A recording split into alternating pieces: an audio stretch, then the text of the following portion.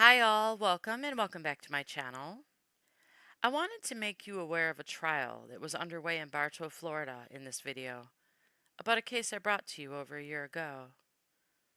It's a completely unbelievable case, and I've been waiting for it to go to trial. But by the time I found that it was being covered by Fox 13 Tampa Bay News on YouTube, it was already ending after the defense only called one witness for very short testimony.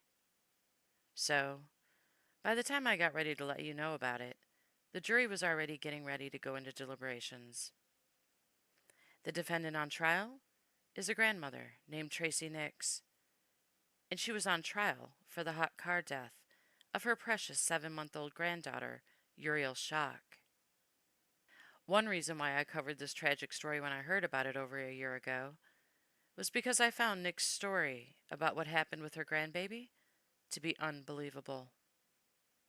But that's just my opinion. The second reason why I covered the story was because baby Uriel is not the only grandchild to lose her life while in Nick's care. Less than 1 year before Uriel lost her life, Uriel's older brother, Ezra, also lost his life while in Tracey Nick's care. Both accidental, of course. Just 3 days before Christmas in 2021, Nick's 16-month-old grandson, Ezra, was in her care at her home in Hardy County, Florida, when she claims she fell asleep and Ezra got out of the house, climbed under a fence, and drowned in a pond near the Nix home. Ezra's death was ruled an accident, and the state of Florida said they didn't have enough evidence to charge Nix with any crime. So, she remained a free woman. Ezra's mother, Kayla, Tracey's daughter, was pregnant with Uriel at the time. Then, in November of 2022, Tracey left 7-month-old Uriel in her car, in her garage, for hours, on a 90-degree Florida day, after returning home from lunch with friends, claiming she just forgot she had Uriel with her in the car. Hours later, when she claims she remembered, it was too late, and Uriel was already gone. Grandchild number 2 dies while in her care, and police aren't so quick the second time to call it an accident. Neither was I. And if you go back and listen to the video I did about this case, and if you do, I apologize for all the mic noises, but I was a little heated, so I moved around a lot. Anyway, in that video, I called it like I saw it. And I can't say I went too easy on Nix or bought her BS stories at all. As a matter of fact, I tore her up pretty good. Because as much as she'd love for everyone to believe she's just the most unlucky grandmother of all time, I think she might just be the worst liar of all time. Again, just my opinion. And before you start calling me all heartless and cruel, you're wrong. I may be heartless, but I'm not cruel.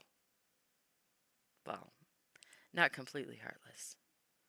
But what little heart I do have breaks tremendously for Ezra and Uriel's parents, siblings, and family. Because they didn't deserve what happened to them at the hands of Tracey Nix.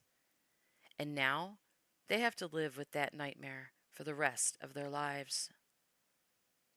And I could have been completely wrong about Nix. That's why I wanted so much to watch her trial. Because I wanted to be. But my gut told me I wasn't. Because I found her stories about how her grandchildren died to be just a little too unbelievable. And after you hear them, you'll have to decide for yourself whether you agree or not. Tracey's story about 16-month-old Ezra was that she was home with Ezra alone and fell asleep. And while she was sleeping, Ezra made his way out of the house and to a pond next to their house, where he drowned. Possible? Yes. Likely? No. Why do I say that? Well, to me, it's common sense. She was home with Ezra, alone. So there was nobody else there to verify her story that she fell asleep while she was watching him. And she was watching a 16-month-old baby. If she felt tired, she should have splashed water on her face or called someone to go to her house to help her watch him. You don't just fall asleep when you're watching a toddler. They can get hurt on anything, at any time. And there was no talk of him being in a playpen or a crib when she fell asleep and crawled out of it. Nothing like that. Just that he got out of the house on his own. Okay, well, she knew there was a pond next to her home, right? So I'd imagine it would be pretty important to make sure the doors were good and locked when a toddler was at her house. Toddler inside, pond outside. The danger is obvious. So, either we're to believe that the doors weren't locked and Ezra got out, or he knew how to unlock the door and open it in order to get out. Remember, he was only 16 months old at the time. And Ezra wasn't Nick's first grandchild either. So, with toddlers around the house, wouldn't you think they'd have installed some locks or deadbolts up high where they couldn't be easily reached by a toddler or even a 4 or 5-year-old child? I'd think you'd have to, for safety. Hell, you could hang bells over the doors so you'd hear them ring if the doors were open. But apparently, none of those things happened. And somehow, little Ezra got out while he was home alone with his grandmother, and he lost his life. Then it was ruled an accident, and Nix was not held responsible. And nobody seemed to question it, other than Tracey's daughter Kayla and her husband, judging from the friends she still had through her church, all the way up until Uriel's untimely death. Probably having much to do with that was the fact that Nix had long been respected in the community. She was a teacher for many years, then went on to become the school principal for many more years. So, she must have loved children, right? She'd never hurt them, especially her own grandchildren. As a matter of fact, Nix met up with some of her church friends on the morning of Uriel's passing for prayer group. She didn't forget about that. After her daughter Kayla called her to ask if she would watch Uriel for her while she went to get her hair done, Nix left her prayer meeting and drove to her daughter and son-in-law's workplace to pick Uriel up from Uriel's dad. According to the prosecution, Nix was the one who placed baby Uriel's car seat into the back seat of her car and belted it in. A task that anyone who's ever installed a car seat into their car knows it's a complete and total pain in the ass. But Nix put it in her car herself, directly behind her driver's seat and out of sight. Then Nix took Uriel to a restaurant to meet her friends from prayer group for lunch. And she remembered to take Uriel out of the car seat at the restaurant, where, her friends testified, Nix held Uriel on her lap, and all the women were playing with and paying attention to Uriel.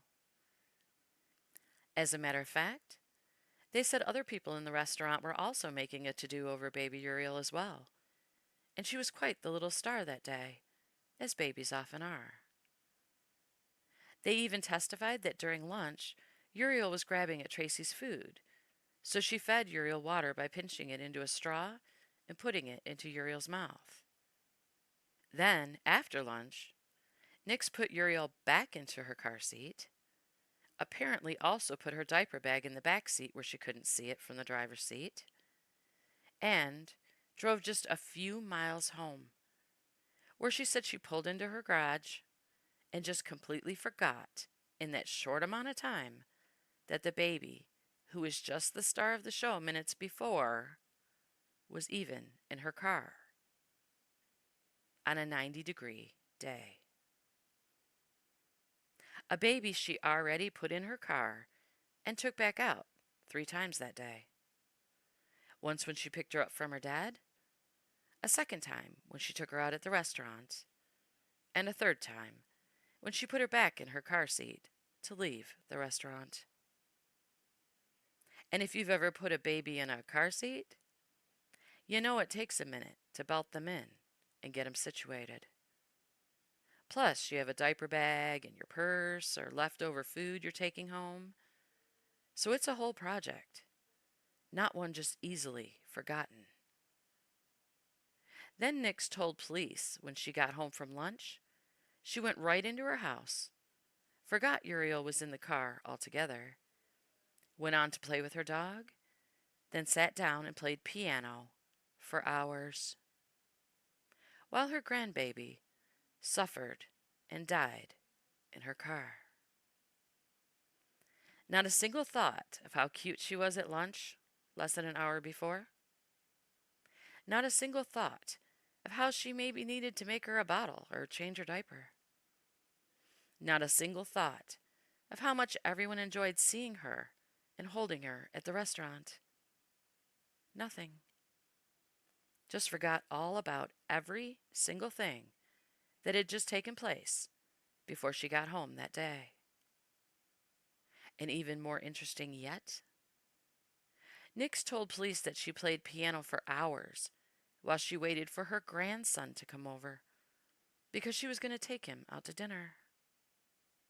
Yeah, you heard me right. She was waiting for her grandson to come over while her granddaughter was outside, dying in her car. So, she remembered she had plans to take her grandson out to dinner, but she didn't remember she took her grandbaby to lunch earlier. B.S. And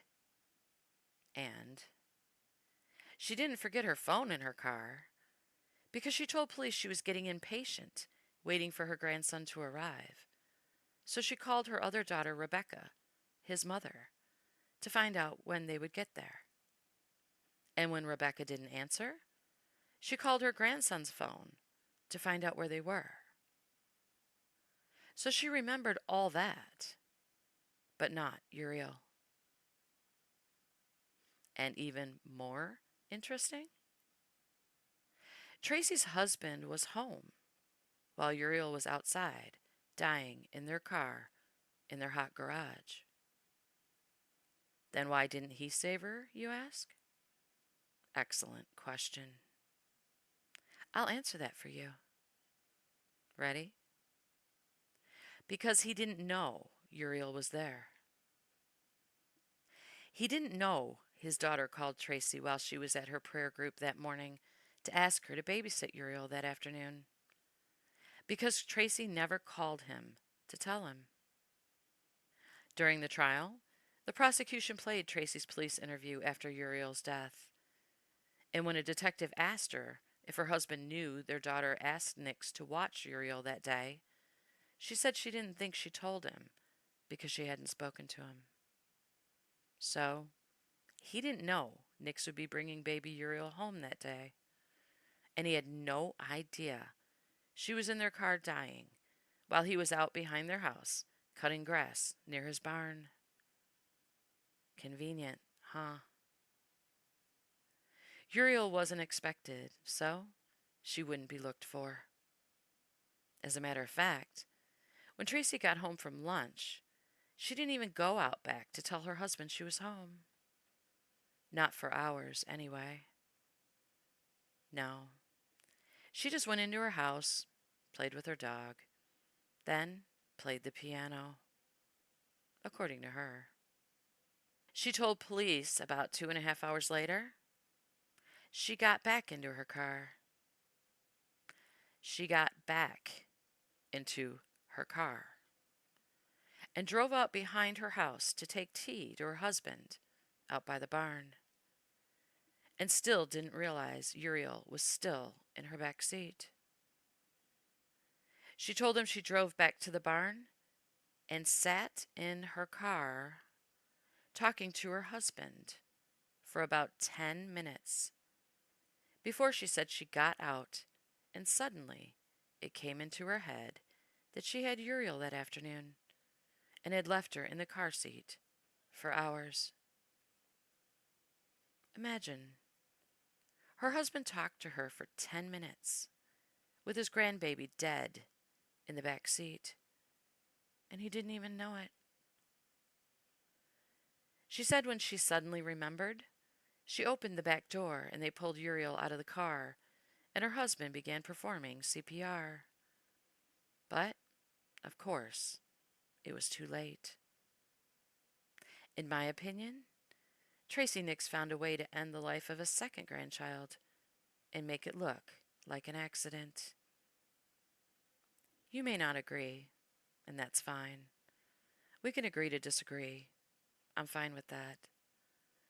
But before you get too high and mighty telling me how wrong I am, you might want to listen to her conversation with the officers that responded to the scene. She was all appropriately panicked, of course, saying she wants to get out of there before her daughter shows up, because she can't face her.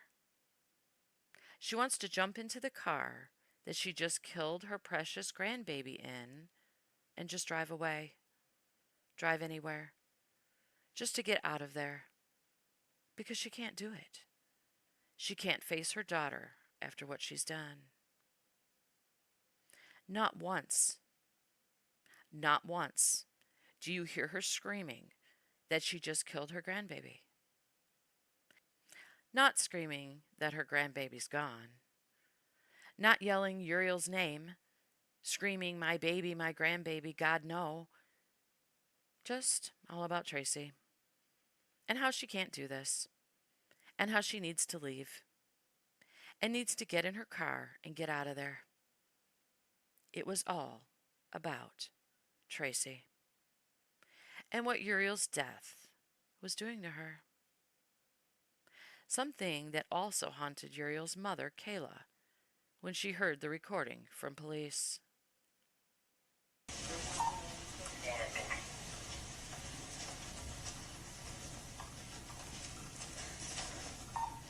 Tracey, do you have any idea maybe how long it's been? It could have been up to 2 hours. I forgot I had her. Okay. I took her out to lunch with some friends. And when I got back, I don't know even when I had her my mom, but I didn't get her out of the car, and I didn't think about it again until I was getting ready to get my other grandson and take him out to dinner. And all of a sudden, it dawned on me that she was with me. I understand. Okay. Okay.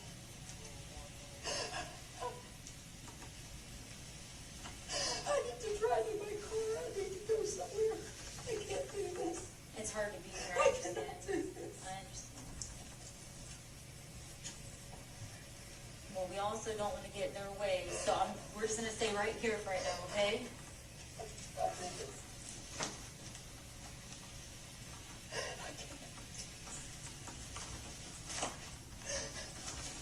Anyone notified? I can't do this. Okay. I don't want to be here when she comes. I can't do this. Okay. I'm going to get in my car. I need to just go somewhere. Well, unless you're going to arrest me. I need to get a statement from you, though, okay? Are you okay to do a statement? Yes. Do you want to go back to the sheriff's office and sit with me? Would that be better? I can't let you drive like this. I cannot stay here. Do you want to get in my car? I cannot stay here. I have to go. So is that okay? If you get in my car and just go with me? I don't want to face anybody. Okay. I can't face my daughter. I can't do it. I cannot do it. I cannot. I cannot. How can I help you right now? I don't know.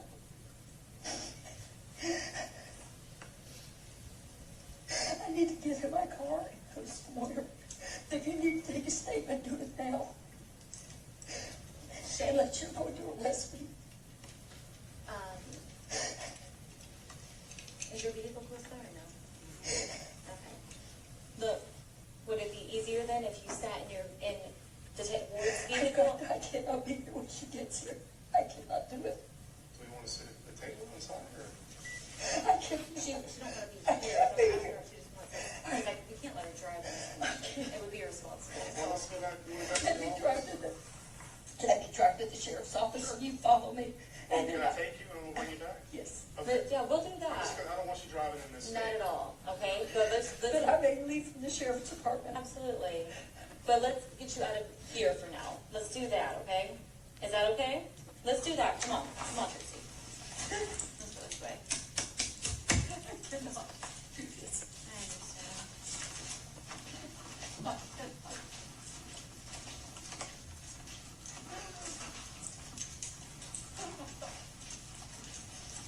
I've got to be gone before they come. I've got to be gone before they come. Yeah. Tracey, are you okay to walk to the front or can There's my car right there, the red one. I cannot do this. Tracy? Please drive me. Take my car. I don't want to be I can't drive your car, Tracy. We're gonna leave your car, okay? I don't want to come back here. Stay right here with me. I don't want to come back I here. get that, but I can always have your husband come get you. Sure. No, I don't want to come back here. Okay. I mean, I'm serious about getting in my car and going somewhere. Yeah, do that. Okay, so for right this second, I've got to be gone when she comes. I cannot be here. I got you. Okay, I'm gonna have Ward take you, all right?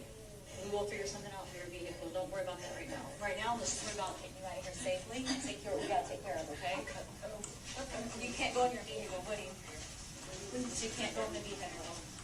I cannot do this.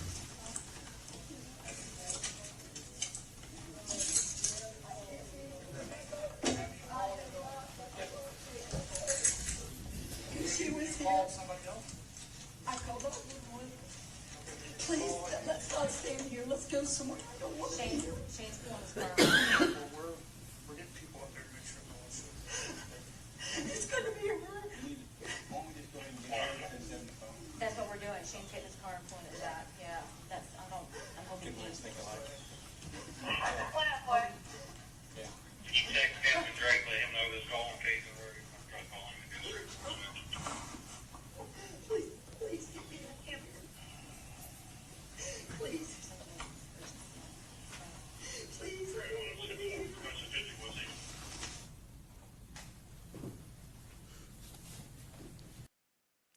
I'm going to spare you the details surrounding why I believe she did it. Because it doesn't really matter what I think or what I know. Evil is evil, and it takes many forms. Even the form of a teacher, a principal, a mother, or a grandmother.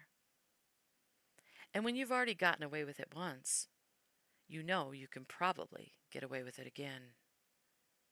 But this time, Tracey Nix wasn't so lucky. She may have been able to convince police she was a loving grandmother who just happened to fall asleep while her tiny toddler grandson escaped her home and drowned in the pond in her yard.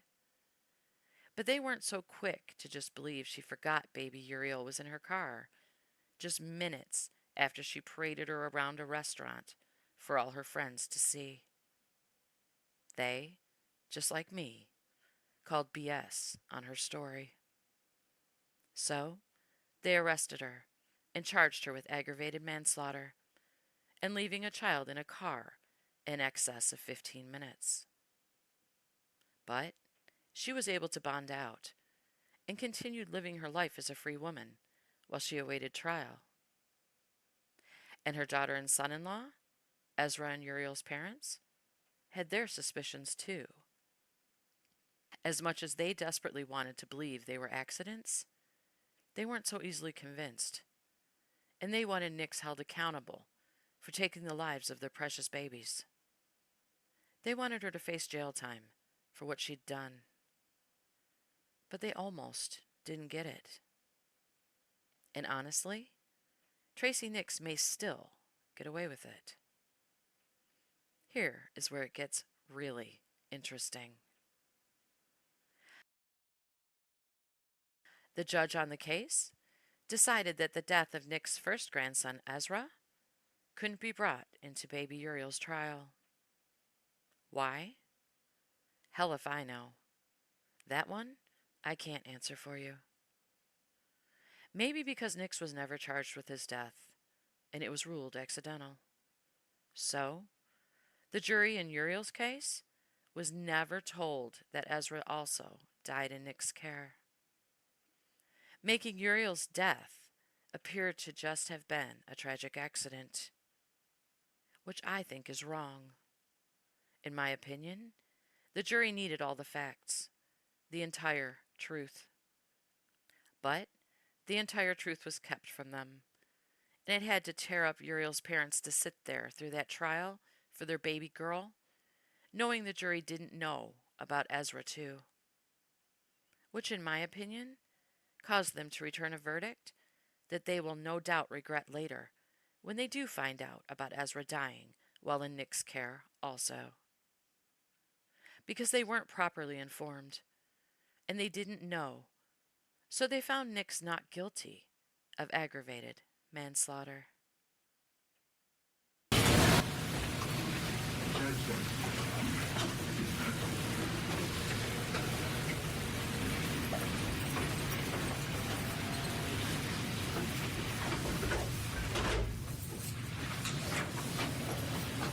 All right, everyone have a seat.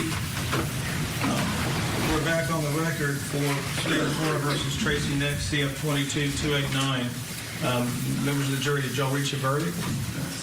Who's if my foreperson would raise their hand and hand the verdict to the bailiff.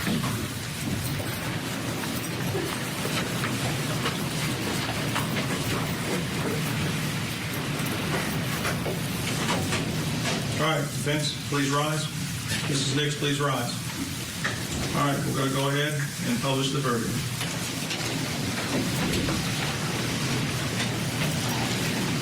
In the Circuit Court of the 10th Judicial Circuit of Florida in and for Hardy County, State of Florida versus Tracey Howard Nix, case number CF 22-000-A000-XXW.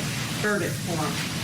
We, the jury, find as follows as to count one of the charge. The defendant, Tracey Howard Nix, is not guilty. We, the jury, find as follows as to count two of the charge. The defendant, Tracey Howard Nix, is guilty of leaving a child in a motor vehicle in excess of 15 minutes, causing great bodily harm. Don't read anymore. Yes, sir. All right, thank you. Mr. Fletcher, do you wish the jury to be polled? No, Your Honor. State, do you wish the jury to be polled? No, Your Honor. I'm going to release the jury. No objection. All right, all rise.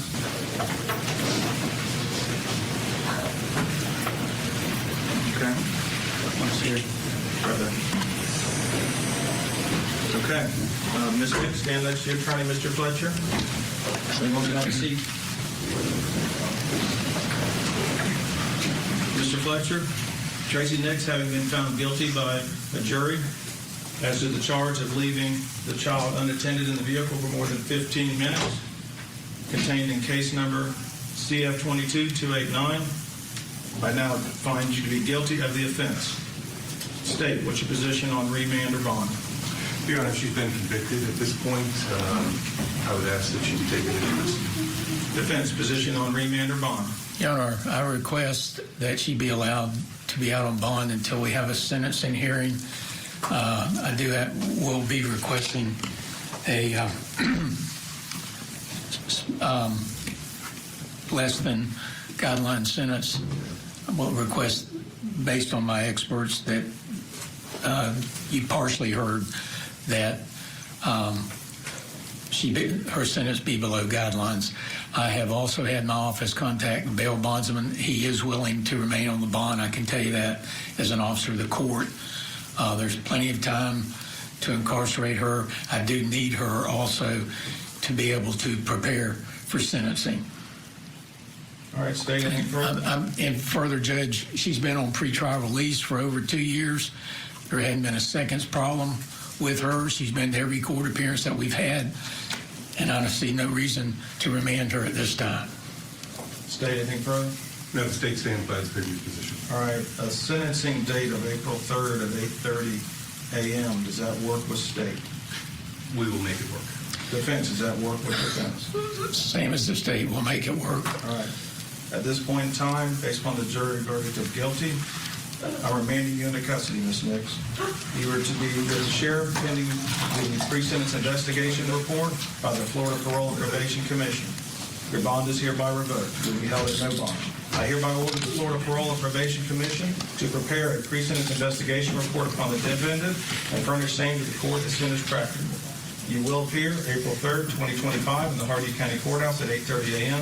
I've set aside a full day for the sentencing. I ask the defense and the state to be prepared to present their arguments and testimony that they feel is appropriate to have this court sentence Ms. Nix in accordance with this verdict. Anything further, state? Nothing further, Your Honor. Anything further, defense? No, Your Honor. All right, all rise. I'm going to get off the bench.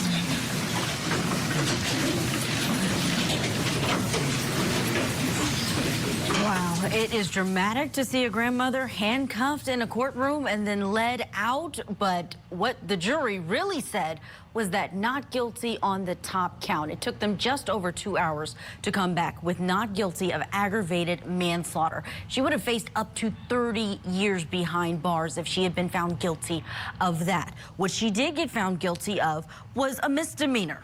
Second-degree misdemeanor of leaving a child in a car. When you look at the Florida statute, that's under the traffic laws. Not gonna lie, it gave me great pleasure to watch them slap those handcuffs on Tracey Nix and haul her away to jail where I think she belongs. And where Ezra and Uriel's parents believe she belongs too. And in their interview after Nick's arrest, you'll hear them say that the only reason the judge sent her to jail after the verdict is because the judge knew the case well, and he knew about Ezra dying in Nick's care. So even though the jury only found her guilty of leaving a child in a car in excess of 15 minutes, the judge knows the whole truth, and he'll be the one sentencing Nix on April 3rd. According to Ezra and Uriel's parents, Nix is facing up to 5 years in prison, if she even gets that. Not too bad for taking 2 precious little lives, destroying her daughter and son-in-law's lives, and damn near wiping out their entire family, while tearing apart her own, all while convincing all her friends that she's just a victim in all of it too. Just the most unlucky grandma on the planet. Here's the interview that Ezra and Uriel's parents held after the verdict, along with a couple more interviews they did before the trial, talking about the hell they've been in since Ezra's death, and how they tried to trust Tracey again. My heart goes out to them. May little Ezra and baby Uriel rest in peace.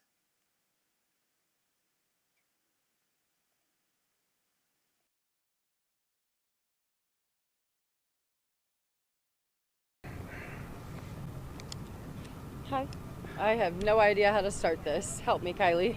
Thank you guys so much for taking the time. I know this is going to sound basic and yet complicated, but what went through your mind as the verdict was read? I was relieved to hear that there was going to be accountability and ownership and a conclusion to this part of this story. One of the things that we have struggled with through this whole case has been the exclusion of my other story, which is my son that drowned in her care. And so for us, this is a win for Uri. But I have a son named Ezra, and he has not been spoken of. And he died in her care.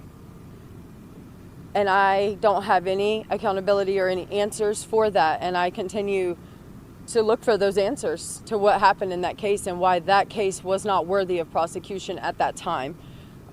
So we're going to be going back in with the state and having a few more conversations to see. But in this moment, we are relieved. The daughter and me had a very hard time with her being taken, and I ended up stepping aside for that moment. And it isn't something that I would ever call a win for me. It is a win for justice for my daughter. And we are grateful to the jurors that spent their time, to all the experts, to all the police and EMTs and every person that played a hand in this trial. We are truly grateful for your consideration and your time and the energy you guys have spent, as well as you guys from the media. I'm truly grateful for giving my story a voice and giving our kids a chance for the world to see that they were incredibly wanted and loved and valued to us. To hear the guilty on one count, not guilty on another, how do you guys view that? For it being not guilty, it does sting. I'm thankful though that we did get something. I didn't want to walk out of there and see her walk away like she's been for the past 2 years and just being out and about. I was glad to see that the jury did see our side of it, even though they didn't push for the maximum sentence. It was still, like I said, a form of justice. Well, and as her daughter, I've struggled the whole time with understanding why there couldn't just be that ownership and what did happen. Like, why did we do this? The destruction that has come from this process is pretty unfathomable as well. You know, my kids are dead, but I've lost a lot more than that. My son's lost a brother, my son's lost a sister. Absolutely. You know what I mean? We look at it from that perspective, and it's, we advocate for our children. Yeah. Talking with the assistant state attorney, was there any indication on what she was found guilty on and how much time she could potentially be looking at for a sentence? He was saying the maximum for the conviction that she had was 5 years, but he was very unsure whether or not they were going to arrest her. Go into further details and all of it kind of played out in front of us. But the thing we didn't have much time to take that in. The judge knew of my son's story. You know what I mean? The judge was very familiar with it, and I think that had to play in it. Even though the jury didn't know, the judge was very familiar with it. And so her defense was prepared to shut down a case containing Ezra, which is why they had so many hearings, and ultimately he was excluded from this trial. Over the last couple days, I mean, there were so many moments and obviously so many emotions. I'm wondering if there are any particular moments that stick out to each of you as you were hearing person after person come up and testify. I was deeply saddened when my sister had to testify. This trial process has been complicated, but it broke my heart to see her and to have it brought back to memory that there was personal events in their life that day that she had damaged in her world as well. And I adore my son or my nephew, Aiden, and I hate so deeply that he's traumatized by this, including the court process, including all of this, because he's a teenager. And I think that I struggled the most with her testimony, and also just listening to the recording of my mom, I think, go on a long time about where she was going, and the fact what was she gonna do, and never hearing, oh my God, Uri, oh my God, my granddaughter, where's my granddaughter, what happened to her? It was her keeping the information from us instead of telling us. That was sad. And we are happy ultimately with what the state provided for us in terms of this case with Ezra, or with Uri. And I continue to look for a way to address my son Ezra's issue, because it's something I feel worthy of attention. How does the family move on from here? I mean, this whole thing is absolutely tragic. Yeah. How do you guys move on from there? We got our son Asher, and we just had a newborn. She is fixing to be 5 months old now, and so we focus on those, and we focus on building. We are always going to be thinking of our children, but I can't neglect my son that I have, and I'm not going to hurt them. It's a day at a time, in a sense. And when it comes to my family, I mean, that is complicated. In this process, due to certain circumstances, I was already pretty well distanced from them. There are some family members I haven't spoken to in years, and that breaks my heart, and I would want nothing more for that to be different. But the damage has been felt in that way greatly, and I don't know how we recover. I want that. I would I want us to have a family. But right now it seems very complicated. Thank you guys so much. We really appreciate it.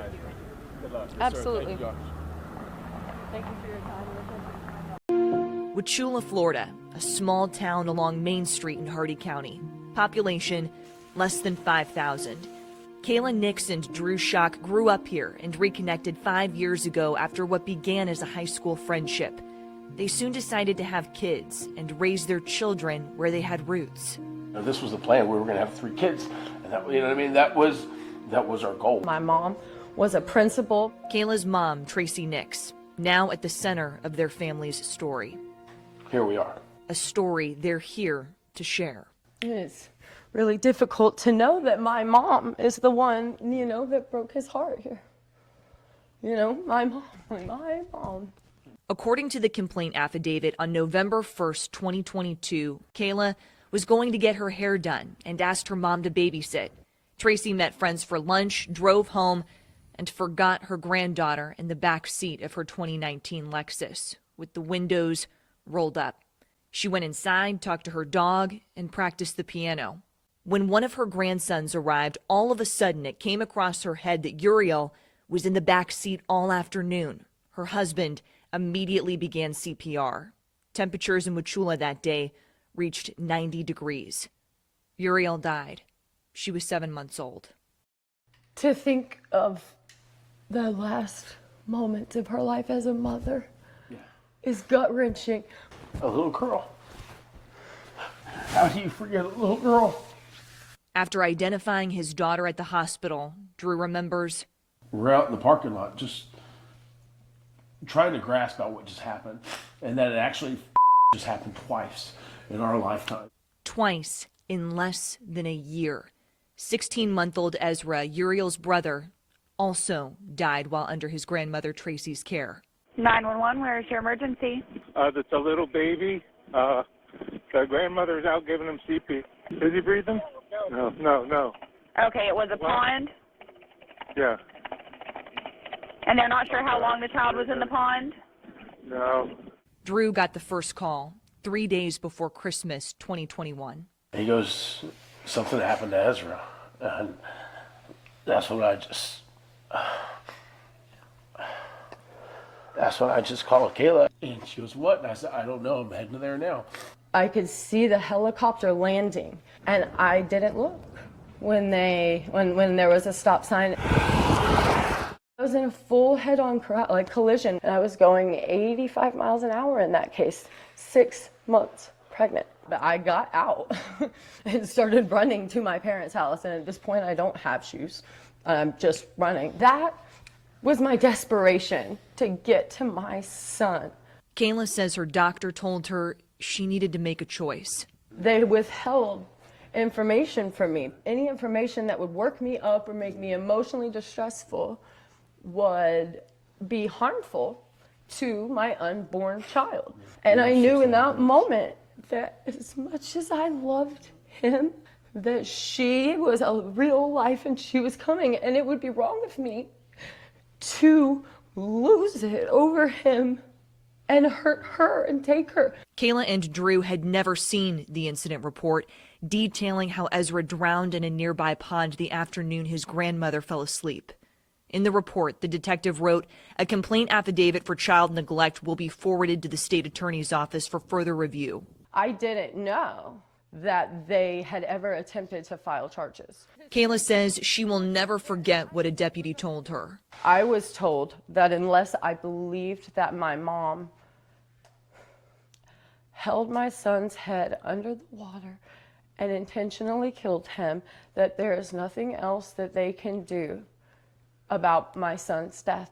In a statement, the state attorney's office said, in cases involving the accidental drowning of a toddler, Florida appellate courts have stated that a one-time lapse of judgment would not establish culpable negligence of the caretaker. His story has gotten lost in hers. After the death of Ezra, your son, did you trust your mom? No. No, we didn't trust her at all. Like I said, that's why we never let Asher go over there.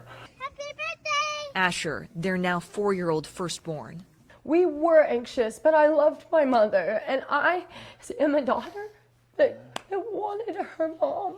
I thought that if I could believe in second chances, and so when I was told that Ezra's death was an accident, some sliver child part of me thought, okay, good, I get to keep this mom, this grandmother, this person. 3 months after Ezra's death, Kayla gave birth to their baby girl. There wasn't a moment to get a grip of the death of my son before there was the life of my daughter. And how beautiful is that? Her name is Uriel, and it means, it's a Hebrew name, and it means God is my light. It's so cute. Kayla and Drew were protective. The very, very minor amount of time that she saw my daughter was almost always supervised. On her daughter's last day, Kayla says she knew her mom's plans. Yuri was at a restaurant with other people that I knew and trusted. Within hours, someone from the sheriff's office showed up at her home and said that your baby is dead. And I said, I'm sorry, what? I know Ezra said, why are you here? Why are you, like, what is this? No, Kayla, your baby is dead. 2 children now who are no longer here.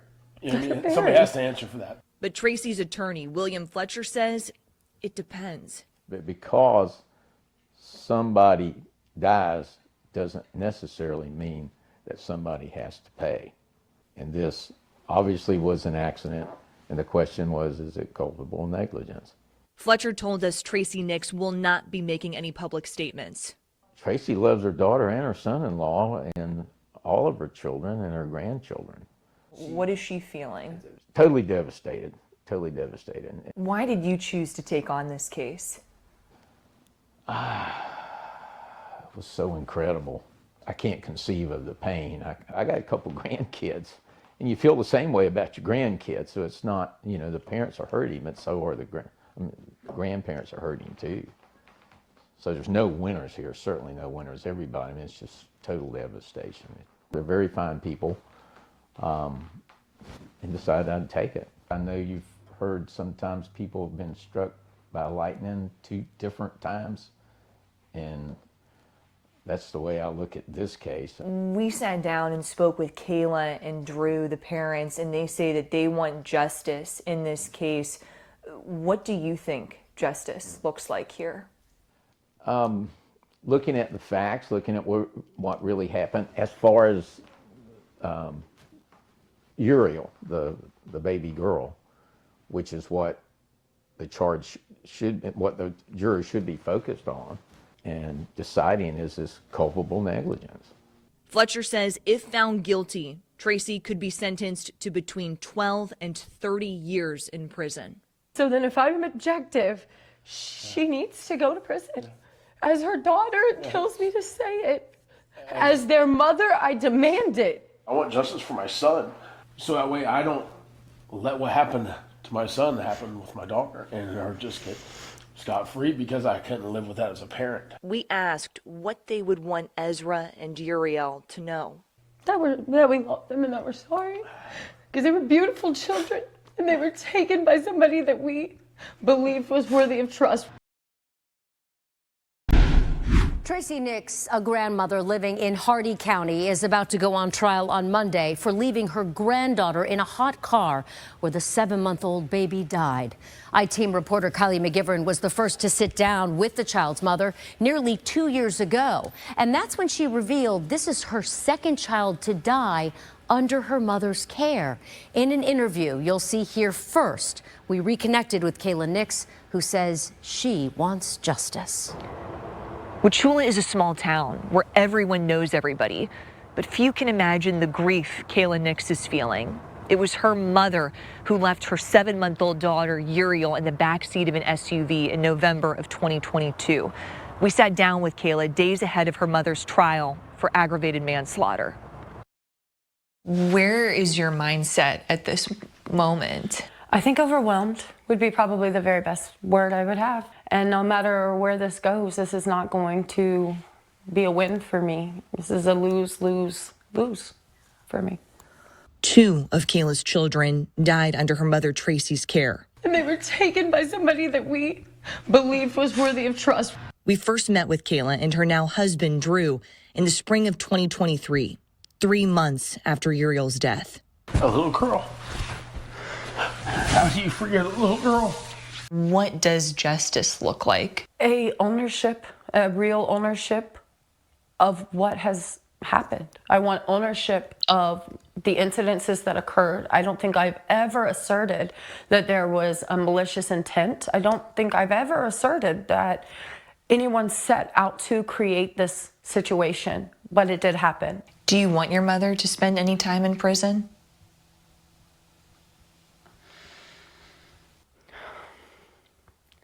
The mother in me, as I've said before, requires justice for my kid. The mother in me requires justice for my daughter. But there's a 5-year-old that lives in me still that doesn't want bad things for my mom. I don't want it. I don't want to watch it. I don't want to be a part of it. I don't want any more hurt. Since we first met with Kayla and Drew, they've welcomed a new baby girl, Adriel, who is 4 months old. But when I look at her, it is inescapable to see her brother and her sister. And there's beautiful things and there's painful things in that, you know, because it's a fresh start and it's a beautiful blessing. I am standing up for my daughter. I'm standing up for Uriel. She deserves a voice. And that is the only thing I can give her now. I can't give her a bath. I can't take her to school. I can't trust her. So I can stand up for her. I have to live with me when this is done. I have to be able to live with myself. And I can only do that if I stand up for my daughter.